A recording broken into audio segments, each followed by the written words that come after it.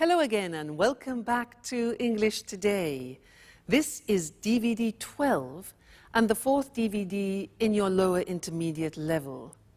And in this DVD, we'll begin with another 2 episodes of our story, That's Life, followed by our special TV programs, which include 2 interesting discussions, one about the City of London and the other about migration.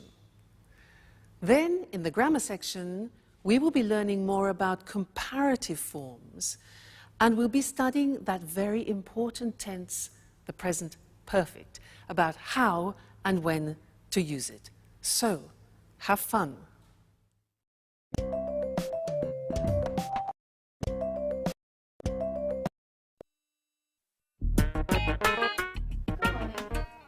Thank you. Anne, there's a telegram for you. Oh, for me? I wonder who it's from.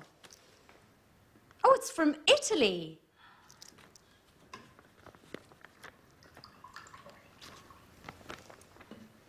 Come on, Anne. Tell me who it is from. You know I'm dying of curiosity. It's from my sister, Kimberly. She says she's coming to visit me, and well, she's arriving on Thursday. Today's Thursday. Oh, my God. It is. What? Oh, what? Now I have to tidy up and do the shopping, and the house needs a good cleaning as well. Oh, Slow down and calm down, Anne. We've got time. So, who's older, you or your sister? I am. And are you similar or different? Well, we're quite different. She's shorter than I am, and she's got blue eyes. Hey, what are you talking about? About Anne's sister, Kimberly. She's arriving this afternoon. Great, I can't wait to meet her. Is she as cute as you, Anne? Well, stop being silly, Jack. You're the biggest joker I know. I have to get going now. Remember, don't leave the house in a mess. Is that all she thinks about when someone is coming? Cleaning, vacuuming, tidying up and dusting? Do you think Kimberly is worse than Anne? If so, we're going to have a lot of work to do. That's right. 2 sisters means twice the work.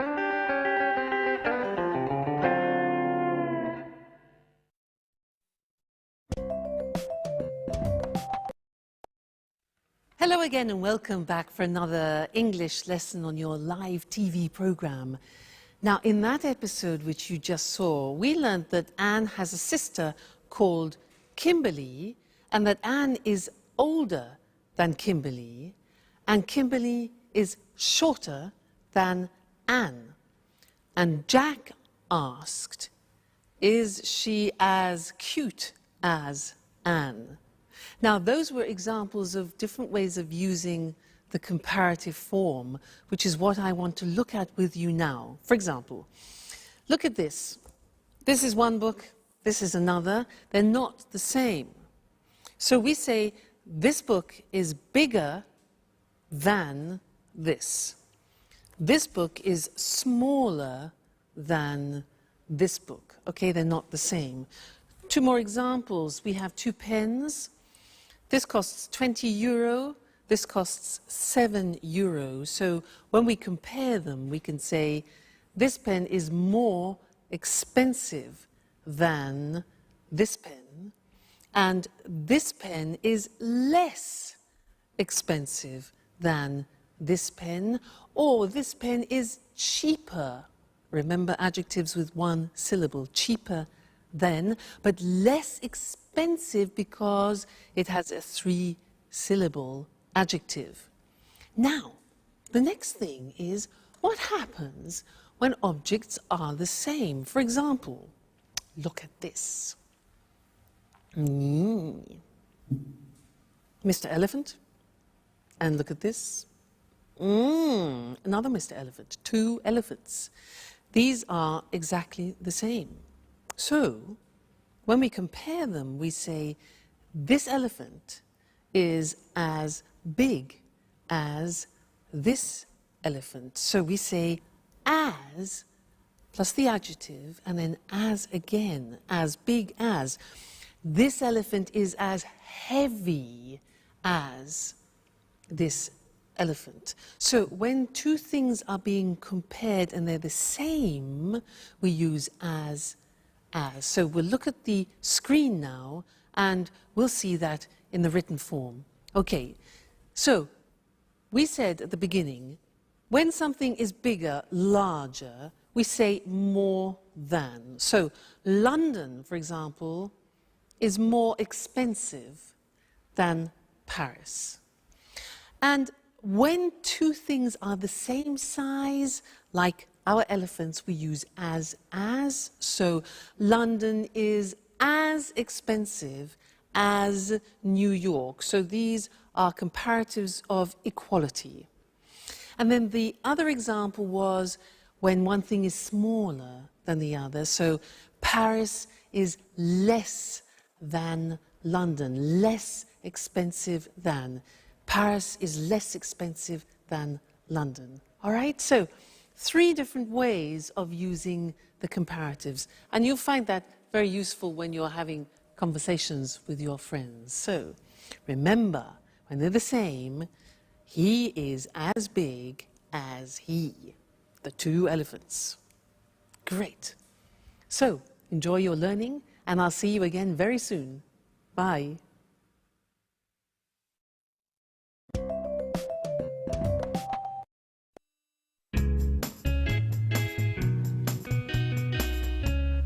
Hi, Anne. So, you must be Kimberly. It's a pleasure. I'm Jack. Hello, Jack. Anne has told me so much about you. Hi, I'm Alice. You live in Rome, don't you? So, how is life in Bella, Italy? Wonderful. My father raised me in America, though, but Italy is the most fascinating country in the world, as far as I'm concerned. Its history, the art, and of course, the best food in the world. What else could anyone ask for? And of course, the Italians are the most likable people in the world. You are 100% right. Just look at me. I'm originally from Bologna, which is one of the best cities in the world when it comes to eating well. I know Bologna well. It's a beautiful city, even if I do prefer Rome. Rome is much bigger and more exciting. So how does London compare? London isn't that bad. Apart from the weather, it certainly is much colder than in Italy. And the British are, well, how should I say this? They're less clever than the Italians. Watch yourself, Jack. Watch what you're saying. Yes. You know, Kimberly and I are both British. Well, I'm more British than she is. You're right. Well, I was talking about British men, of course. Kimberly, this is Peter and Sharon. They live in the apartment next door. It's a pleasure to meet you. So, Kimberly, Anne told us that you're attending art school in Rome. You know, I wanted to study art when I was a little girl, but in the end, I decided to study archaeology instead. That's interesting. And Peter, what do you do? I'm an actor, and I do a little singing. I'm acting in a musical at the moment. What a great career. Yes, but it's certainly less stressful than Jack's line of work. He works a lot harder than Peter. But actually, he's the hardest working person in the house. And I'm the person that has the most fun. Speaking of fun, what shall we do this evening? I would love to go out. It's been so long since I last came to London. Well, why don't we go to the cinema? Come on, Anne, that's so boring. Why don't we do something more exciting? I don't know. We could go to the pub and get something to eat. And after that, why don't we go to a disco? Wow, what a surprise. You two are completely different.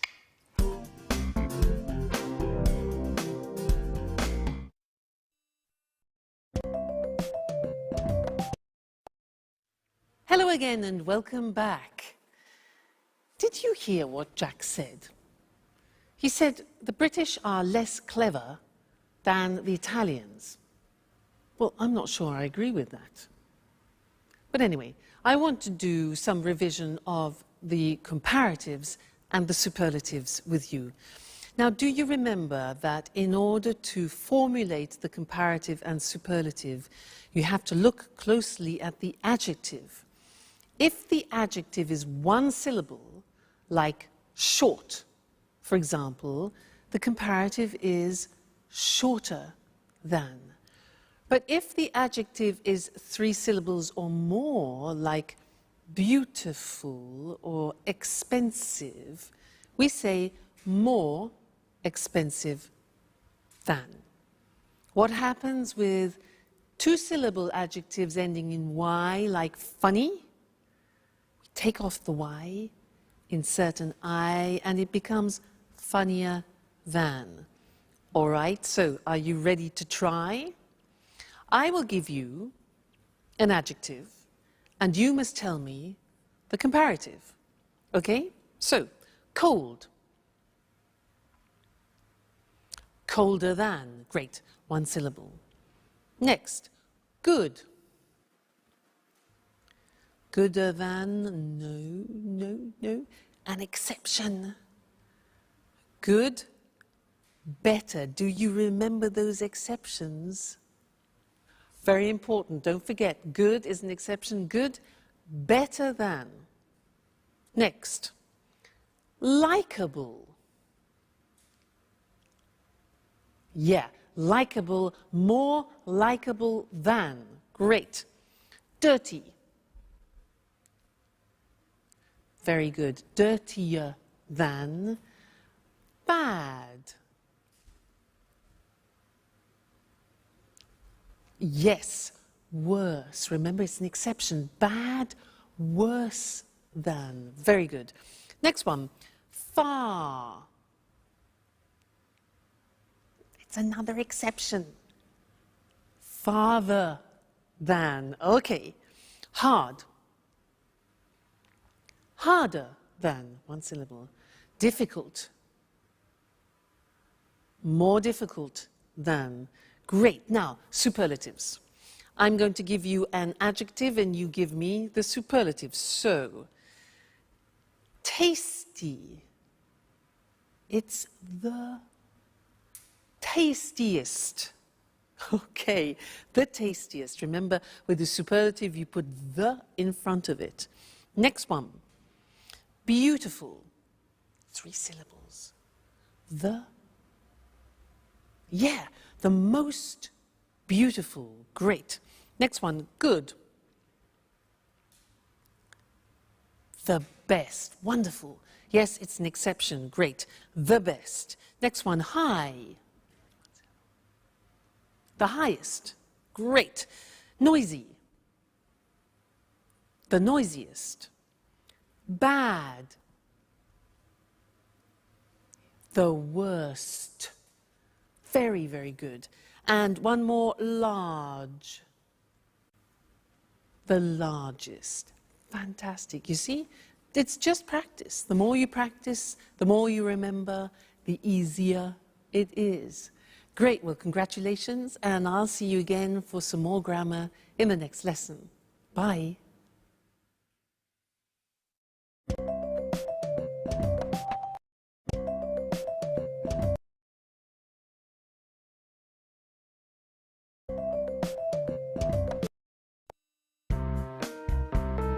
Have you finished yet?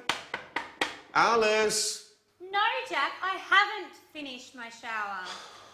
Could you ask Anne to come in here, please? She's just left. Come on, I'm pleading with you. Alice, I'm late. Okay, I've finished. Calm down. The bathroom's all yours. Finally, you've been in there for over an hour.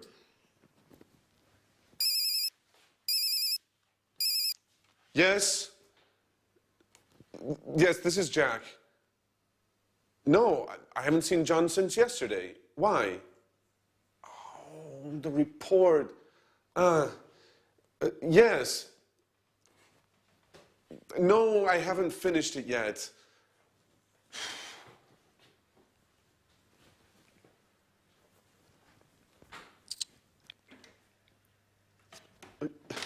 Yes, I know it's important. Anyway, I've already started writing it. Yes, I'll send it to you as soon as it's finished. Excuse me? Listen, I'll call you later. Okay.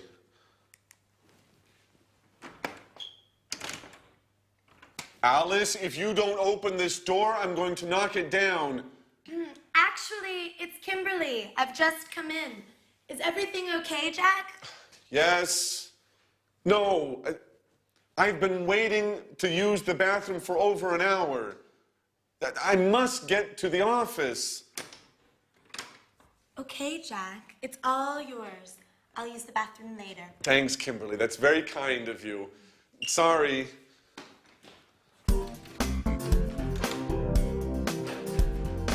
Hey, Jack, have you seen my watch? I've probably left it in there.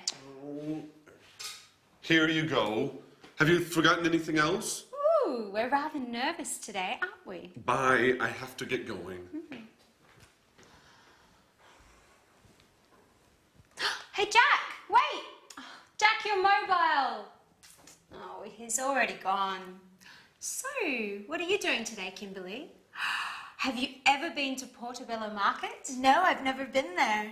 Would you like to come along and browse around the stands? Oh, yes. It's been months since I last visited a flea market.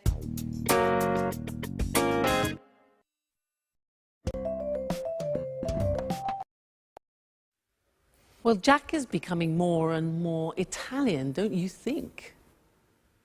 Now, in that last episode, our friends were using a new tense which we haven't yet studied together, and I want to look at now. Let me give you some examples of what they said. Alice said, "I haven't finished my shower." Jack said, "She's just left." He also said, "You've been in there for more than an hour." Alice asked, "Have you seen my watch?" And then Alice also asked Kimberly, "Have you ever been to Portobello Market?" And Kimberly said, "No, I've never been there." Now, these are all examples of the present perfect tense, very important tense in English, which I want to look at with you now. At the moment, we want to look just at the construction of the present perfect.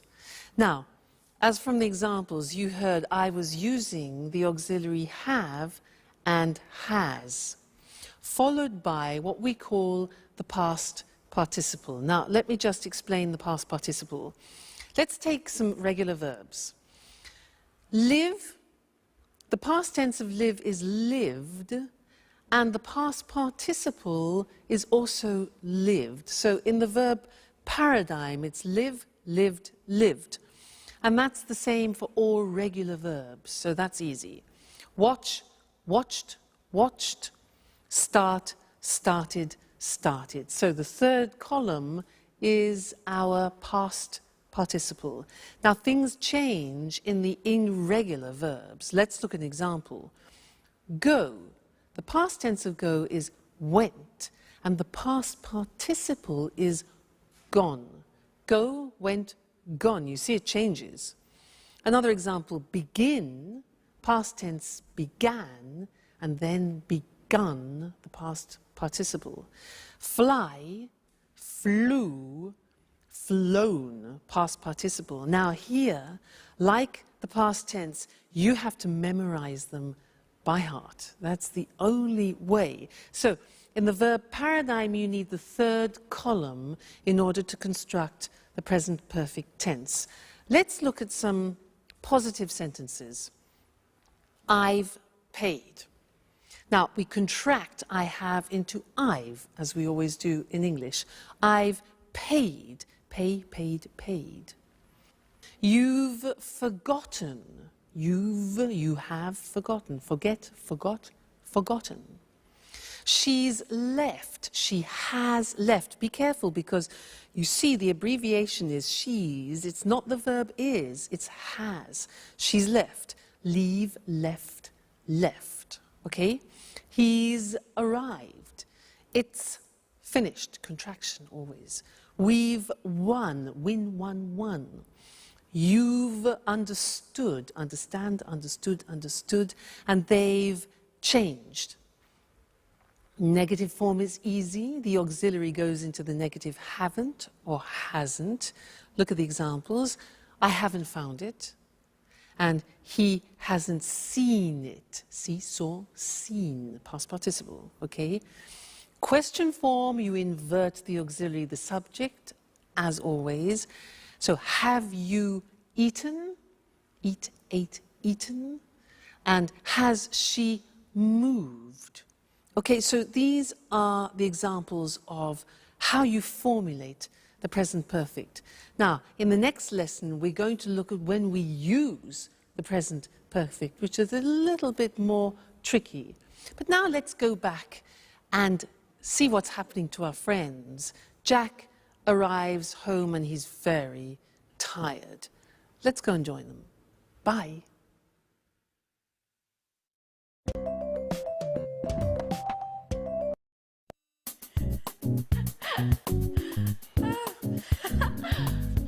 Oh, hi, Jack. Oh, what's the matter? You look awful. I'm a wreck. And I've lost my mobile. No. Alice told me you forgot it when you left the apartment this morning. That's where it is. I've looked everywhere. I must admit, I've been a little distracted lately. I guess I need some rest. You know, I haven't had a holiday since they transferred me to London. Oh. Okay, well, relax a little now. Kimberly is showing me some photos of a party they had at university last month. I've never seen such funny photos. Hey, this is a picture of the Faculty of Economics. I've been there for a seminar. Really? When did you attend that? Well, I was only there for 4 days, but it was really interesting. Hey guys, I've just got off the phone to Peter and he wants to know if they can come over in a bit. He wants us to convince Sharon to move to Japan with him. She hasn't decided yet if she wants to go. To Japan? It's a great country. Have you ever been there? No. And to tell you the truth, I'm not really interested in going. Why do you say that, Jack? You're right, Kimberly. Japan is a fascinating country. I haven't been since 1995. Who knows what has changed since then? Do you mind if I go to my room? Today was awful. I'm dead tired and I haven't had anything to eat. Please tell Sharon and Peter, please give Sharon and Peter my regards. I'm really not in the mood to chat this evening.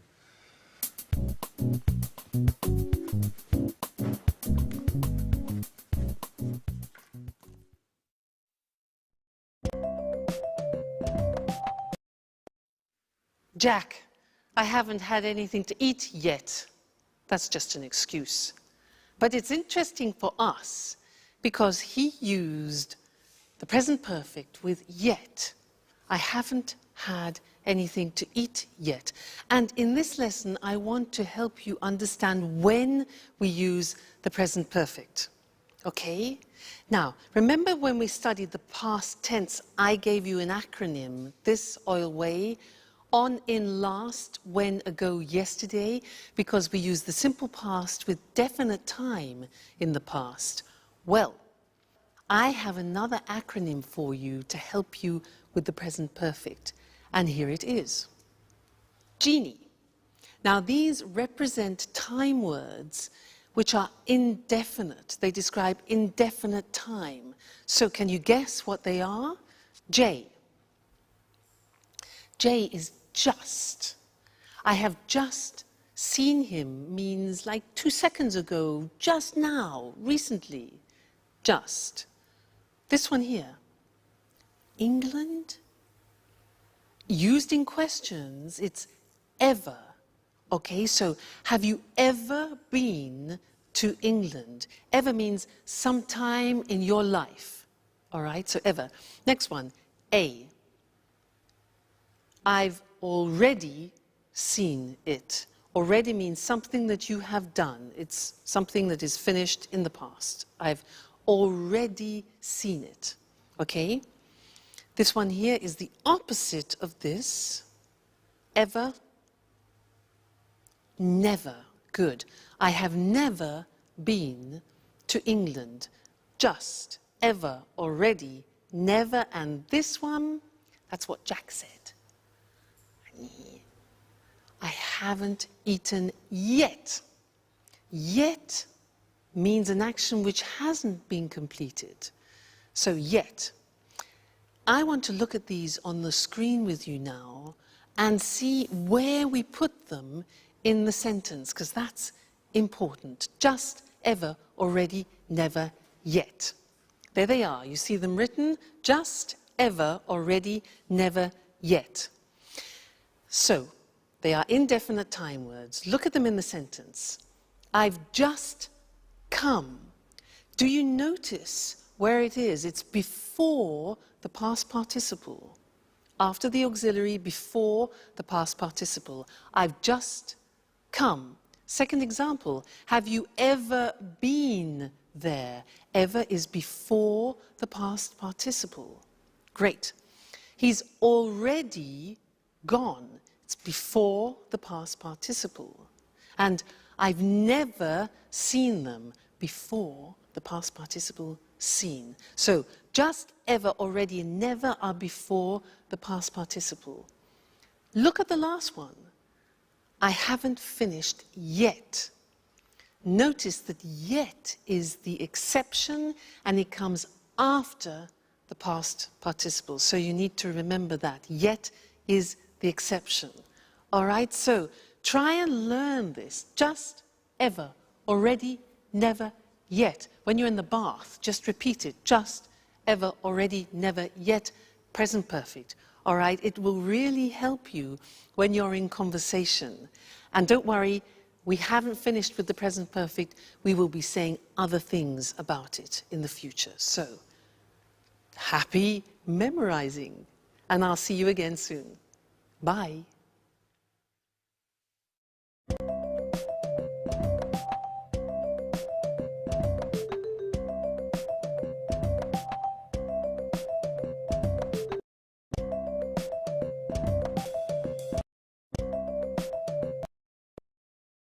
Hello, and welcome to this week's edition of Let's Talk, the discussion program with our commentators, Tom and Marie. Good evening, everyone. Good evening. Oh, Tom, you went to London last week, didn't you? You told me you had a meeting with an important businessman. Yes, I did. I interviewed the chief executive of a major UK financial group. He works in the city. So, you visited the heart of international high finance. Interesting. Yes, it was interesting, actually. You know, the city is very small, but very important in the world of finance. I mean, did you know that the City of London, that's its full name, is just 1 square mile, or 2.6 kilometers, and that only 7,000 people live there? Really? So few people? Yes, only 7,000 people live there, but more than 320,000 people a day commute into the city to work there. Wow, 1/3 of a million commuters every day. Can we explain to our viewers just why this part of London is so important? Of course. The city is a global financial center with hundreds of banks, financial exchanges, insurance companies, and investment companies. You know, there are more than 500 companies in the city. That's right. And it also has several important commodity markets.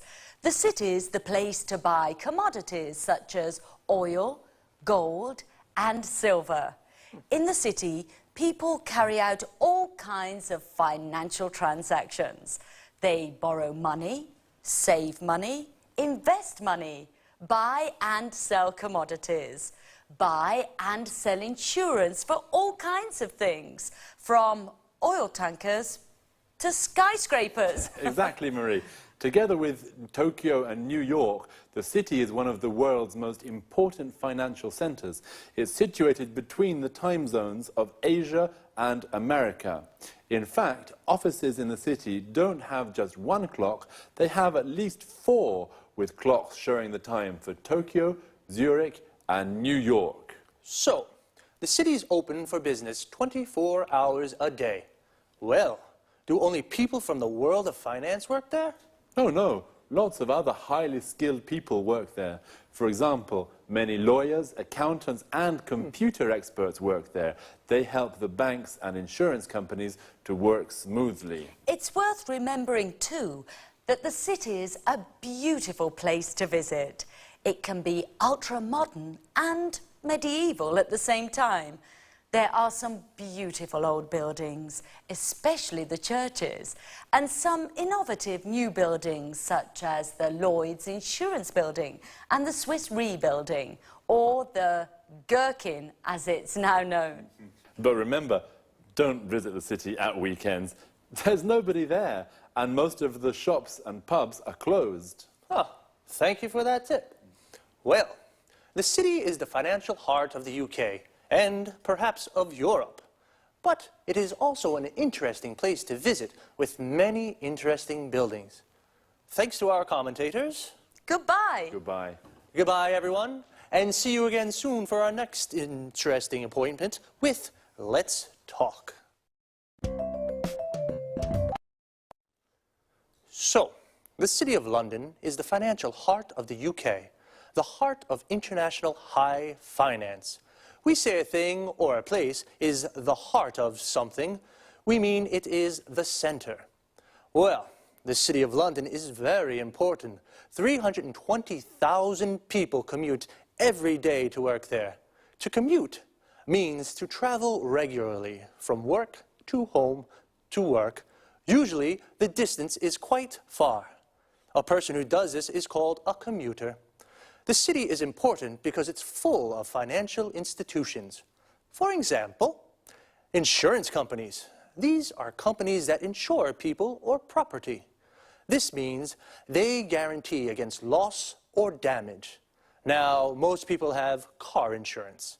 You pay your car insurance every year, and if you have an accident, your insurance company pays for the damages. Hopefully. Going back to the city. There are investment companies, companies that buy shares of other companies to make a profit. And there are several commodity markets. Several is more than 2, but not many. A commodity is a product that you can buy and sell in large quantities.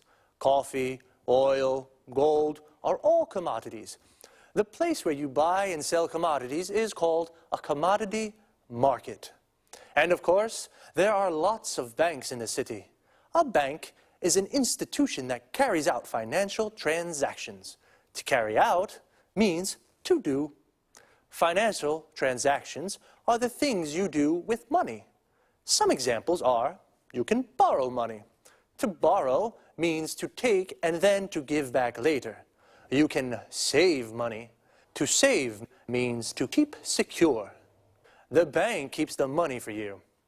You can invest money. To invest means to buy something or put your money into a company to have a financial return. People invest money to make more money. See you again soon.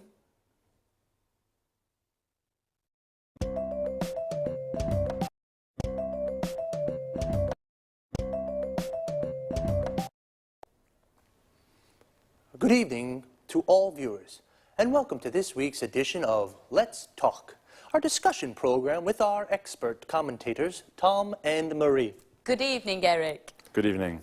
Well, according to the data from the latest European conference on migration, the number of migrants arriving in Europe has increased enormously over the last 5 years.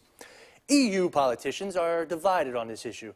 Some of them believe that migration is a bad thing and causes lots of problems. On the other hand, other politicians maintain that migrants contribute to the developing of the economy. Could I ask what you think about these issues? Well, in my opinion, Migrants don't help our economy. On the contrary, they take jobs from local people and push down pay rates for both unskilled and skilled workers. In fact, migrants are often paid less than the legal minimum wage. I'm afraid I don't agree with you, Marie. Many employers use immigration to plug labour shortages, for example, in agriculture. Farmers employ thousands of Eastern European workers to pick their crops, as they can't find local workers to do the work. Oh, that's true. In addition, there are low birth rates in most European countries, particularly in Spain and Italy. The economies of these countries need more workers, especially for difficult jobs that local people don't want to do. Exactly, and it's important to remember that migrant workers contribute to the economy because they pay taxes. Well, this only happens if migrant works legally. Unfortunately, many migrants come into Europe illegally. You're right, Eric. They come in illegally and they often form an underclass that doesn't have access to healthcare and education.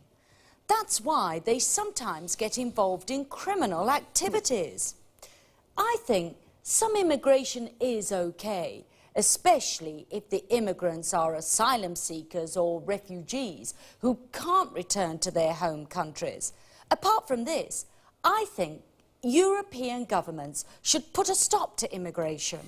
How do you suggest they do this? Well, the EU should do more to help develop the economies of North and West Africa.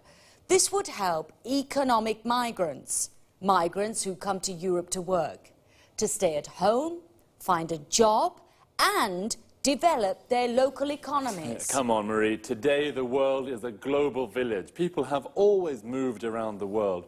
Don't forget, for example, the millions of Europeans who migrated to North America at the beginning of the last century.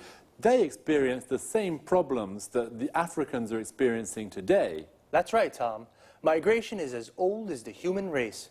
People have always moved to where it is possible to make a living. Maybe we should get used to the ideas that our society is becoming more and more multiracial. Okay, this discussion has been very interesting, but unfortunately it is time to say goodbye to Tom and Marie. Goodbye, Eric. Goodbye. Goodbye. Goodbye, and see you again soon for our next installment of Let's Talk.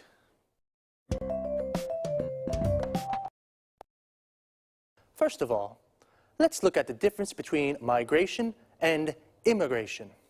Migration is the movement of people from one country to another. A migrant is a traveler who moves from one country to another.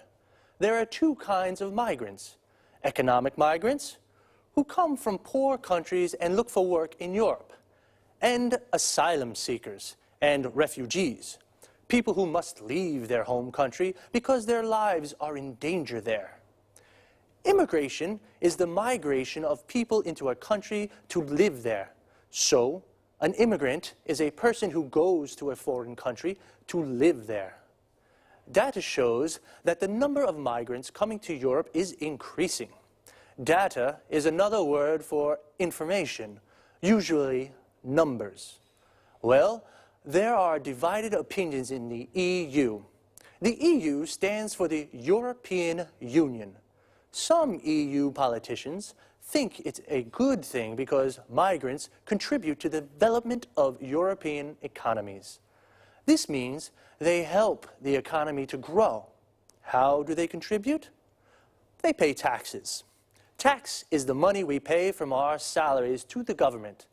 And employers, these are the people who give jobs to other people, use migrants to plug labor shortages. This means they give jobs to the migrants because there are no local people to do the work. Other EU politicians think immigration is a bad thing because migrants push down pay rates. This means they reduce the amount of money that people are paid. How do they push down pay rates? They are often paid less than the legal minimum wage. This is the lowest legal salary a person can receive. Some migrants work illegally. Illegally means against the law. Migrants who pay taxes work legally. Legally means following the law. I'm afraid I have to say goodbye now. I'll see you next time for another discussion on Let's Talk.